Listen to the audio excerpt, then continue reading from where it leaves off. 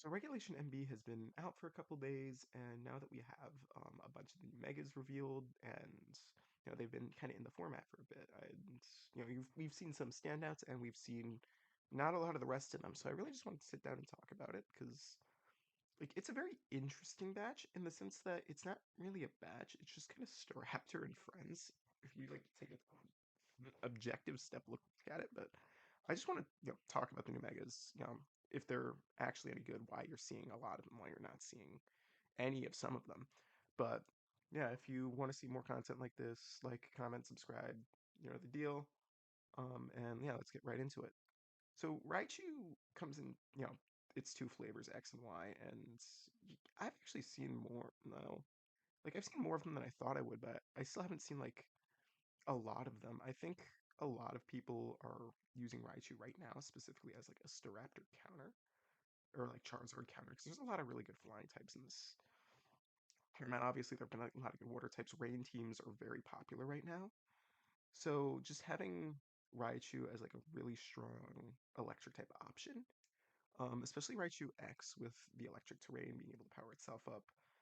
I've seen one team on ladder with Raichu X or Chaladon in the rain to just kind of nuke things with what's called Electro Shot. But I don't know. A lot of people are hyped about Raichu. At least they were at the start, but I just never succumbed to it. I don't think I already have a whole video talking about Raichu X and Y. So um, but it's that HP stat that's really holding it back. They're just not bulky. I don't care if you have no guard 160 speed zap cannon coming at me. Like, yeah, it's gonna hurt, but um, it's there's only so much you can do. You're probably only gonna get like one, maybe two of them off before that 60 HP stat really comes to bite you, and it's like, ugh. I don't know. I think they're fine. Like, I'm glad we're getting more electric types, more good electric types, because we had three of them in this batch, but unfortunately, I don't think that they were enough, or at the very least, what we needed at the moment. So, because of this next one, Staraptor, I would argue this is probably the standout Pokemon introduced in a format that gives us Annihilate, Golden Go, and Metagross. Like, this thing is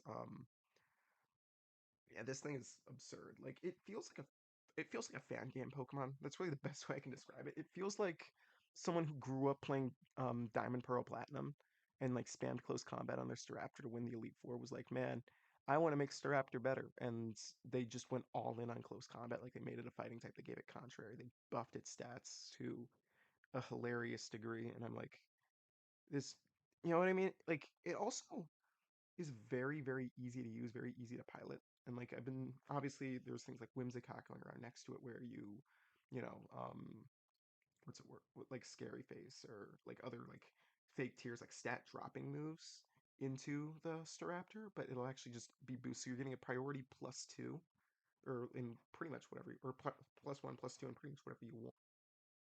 And then you're just nuking it with close combat, Brave Bird, dual wing beat even. And I'm like it's good for a reason. I'm not saying it's bad. It is very good. And again, I would argue it's probably the best new mega out of all of these. And it's probably the one you've seen online. It's the one I've seen online the most. It feels like every other team I've come across has been a Mega Staraptor team, and I'm like, or at the very least, a team with Mega Staraptor. Like, it works great as a secondary Mega, just because you have the Intimidate option if you really want to. Um, And again, it helps that this has been a format that's been pretty starved of electric types. There haven't been a lot of good psychic types either. Like, it's just been like it's just thriving in this format right now, and it I don't really know. Like, there's a lot of counterplay to it. Like, I've been looking into Swagger. I think that's probably one of the best forms of counterplay for it because it drops its attack by 2 and confuses it. So it'll take that off the field for a little bit, hopefully. But I don't know. It's very what's the term? Centralizing. Like, well, that's I don't know if that's the right word for it, but it's very like when I'm in the team builder now, I'm like, okay, it's not just okay, what Charizard, Floa, it's now Staraptor, which is a really funny Pokemon to throw in that group. Never in a million years did I think Staraptor would be a meta threat. Um, so I actually want to talk about a couple of these pretty quickly. Scrafty, Scolipede, Malamar, Pyroar, Barbaracle even. I've seen one Mega Scrafty and none of the rest of these guys. Like I like Barbarical not being shown off shocks me and doesn't shock me because I think Barbarical has potential. But if you're gonna run a mega fighting type, you might as well just run Staraptor at this point. Like it just does more and is just better. Like than Mega Barbarical, and that upsets me because I was kind of hoping it would pop off a little bit. I may try to build a team around that at some point. But Scrafty I've seen once. I maybe Double and Smithy wasn't the best move for it, even though it's still good, obviously, but you really it means you can't Mega in front of like a Defiant Pokemon, which is really unfortunate for it because now you just can't Mega unless you want to bring something up to I guess +3 then, or no +2 because yeah, it would be +2. And it's like you really don't want to do that, especially if it's a fighting type, like a lot of Defiant Pokemon tend to be, or a contrary fighting type, like Cough Cough Staraptor. Like you really just don't want to do that, and it's unfortunate. I think it could be interesting in the right meta, but it also lost Parting Shot, which is really unfortunate for it. But it does mean you have to play it differently than you would have to play an Incineroar, so maybe it could do something in like the right circumstances. I just don't think these are the right circumstances for it. Scolipede, I think it was a bit of a drop ball. I've not seen a single Scolipede. Being immune to crits doesn't really help it all that much. I wish it helped it more, but it just isn't a very crit heavy format, and Bug Poison is not the best defensive typing when you have Charizard and Staraptor running around, so they just kind of kill it.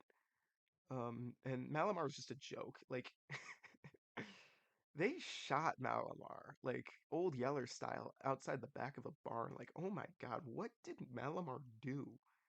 Like this might be the most hyped Pokemon of all time. Like you had a weak ad campaign for my friend Malamar, only to just give it contrary, give it mid stats, and give contrary to an objectively better Pokemon. Like it doesn't get any. It's Psychic Dark, so it's not going to get any moves that really take advantage of contrary. You have to run it as a physical attacker because I think it only gets close combat. And if you want to spam close combat contrary, do I even need to say it at this point? Just don't use this. Why would anyone ever use Malamar or Pyroar for that matter? Like it does.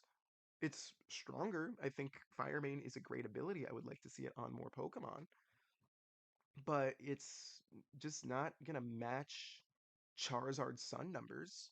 Like if you want to do absurd fire type damage, run Charizard Sun. You're gonna get a lot more utility out of a Charizard Y than you are gonna get out of a Mega Pyroar, just because it's not doing much besides spamming stronger, yes, significantly stronger, but it's off Pyroar's 120s ish base stats, and that's really not going to cut it in a format like this, especially when, again, you have Charizard, and because of that, you have a lot of fire type counters. You have Aerodactyls running around, you have Rain Teams running around, and it's a normal type. It's going to get nuked by all the new fighting types we just got, just like, so there's kind of a running theme where a lot of these megas are either just outclassed or aren't good into Staraptor. And I think that is why Staraptor is really just doing so good right now. Even the Raichus, which are supposed to be like one of the two of our three big answers to it, aren't really pulling the weight they need to. But thankfully, we got one more electric type with a really cool ability. Electros got Elevate, which is Levitate plus Beast Boost, essentially. And that is a really, really cool ability. I just don't think Electros has what it takes to really take advantage of it. I was playing around with it last night with a bit of a hodgepodge team, where the idea was I would lead Electros Talonflame. I'd use the Talonflame to guarantee a Tailwind, right? And then I would spec the Talonflame to where it would always go down to an Electros, Omega Electros discharge, right? I would click discharge. I would nuke, and usually like it would outspeed things like Charizard. Like it fully outsped Charizard's Sun with like it was fast. It was fast. It hit hard. It just wasn't hitting as hard as I needed it to. It just needed to hit a little hard because it would always KO the Talonflame, but it wouldn't always KO the Charizard, and that's a big difference in something like this. But ideally, one or two of the opposing Pokemon would go down, the Talonflame would go down, and I'd get +1 to +3 at times on the Electros, and then bring in the Garchomp in the back, Life Orb Garchomp, and just spam Discharge Earthquake. And there's not a lot you can do if you're not prepared. It's just it needs fine tuning. I think the strategy, or at least the idea in itself, is sound. I just need to lab it a little bit more. So if anyone has suggestions, I'd love to hear it. Like if anyone's made Electros work, I'd love to hear it because I want this thing to do good. It just has a really weird stat balance to where like, and its move pool is not like the most like it gets a lot of coverage. It gets like flamethrower. It doesn't get an ice move, which I think would help it a lot. But it gets electro web for speed control. But it's just a weird Pokemon with a really good ability. So I think it can work in the right circumstances. I just don't know what those circumstances are. Like, I definitely think you need Garchomp on its team. It works really, really well with Garchomp because, again, you can just spam Discharge Earthquake, and that will do a lot of damage. So I think Garchomp is a must. I like what I'm doing with Talonflame, but I don't know if that's the best option. But again, I might need to lab it a bit more. At some point, I'm going to go in depth on it and just see if I can get something crazy to work out of it because I think it has potential. It just needs the right team and to be a, the right way to pilot it. Um, there's only two megas left here. Dragalge, which has been, like I've seen it a couple times, mostly as like a bulky stall Pokemon, and that's pretty much what I expected from it. I haven't seen it too much, which is surprising because like I also haven't seen a lot of fairy types in this format. I've seen Sylveon and occasionally Primarina. I haven't seen a single Floette on ladder, which is weird because I feel like this thing would, I don't know if it had a field day with it, but it would definitely be a great answer to it. And it's just been a very like fairy, not deprived, but they've definitely been on the downswing. I don't know if it's just because everyone's playing with the new toys, but it's I think it has a lot of potential as a Stalmon. It just again, it's a Pokemon that needs the right team for it, but I think it's good. It's just in a really weird spot right now where it's like you don't really need it right now because there's not a lot of fairy types going around.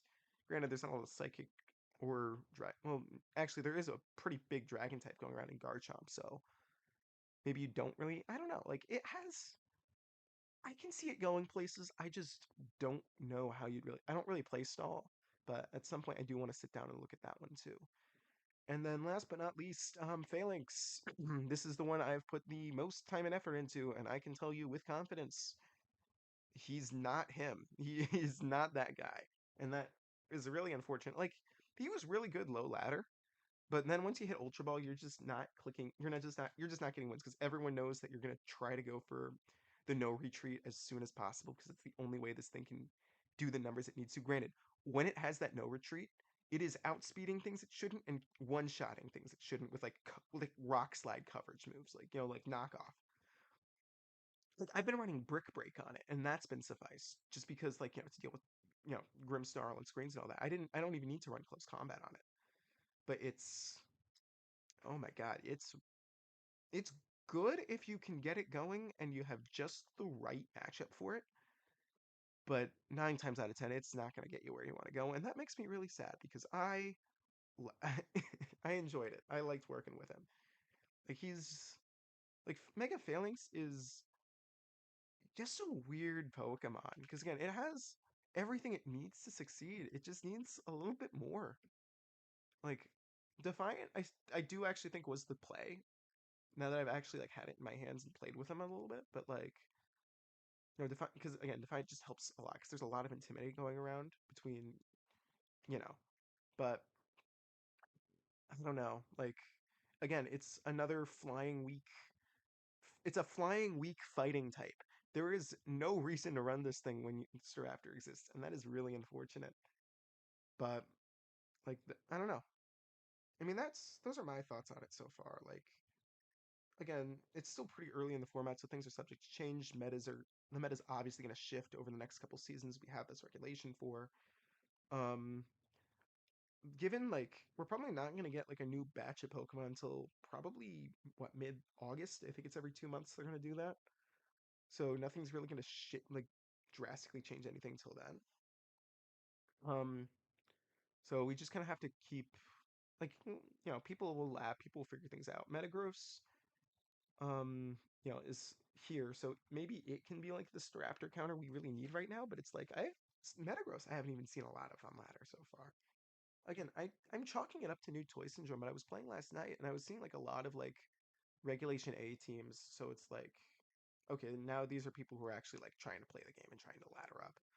And it's like it's like the format feels different. I just don't know if these were the megas we needed, and a lot of these megas definitely were not worth waiting for. Like of the 11 megas I just talked about, one of them is good. Like two or three of them have potential, and the rest are mid at best to utterly unusable. Like it's ridiculous for a mega Pokemon to be borderline unusable, especially a newer mega Pokemon designed with like modern power creep. And I don't like Malamar specifically. I don't know why you did him like that. Like you gave it like the worst stat spread you possibly could have, and then made it keep contrary. Like, granted, I don't know if like auto trick room would have been enough to save it, but like I think literally just it needed something other than just keeping contrary. Like that's my take. Yeah, those are my thoughts. I would love to hear yours down below. Again, like, comment, subscribe. Thank you for watching this far, and I hope to see you guys around.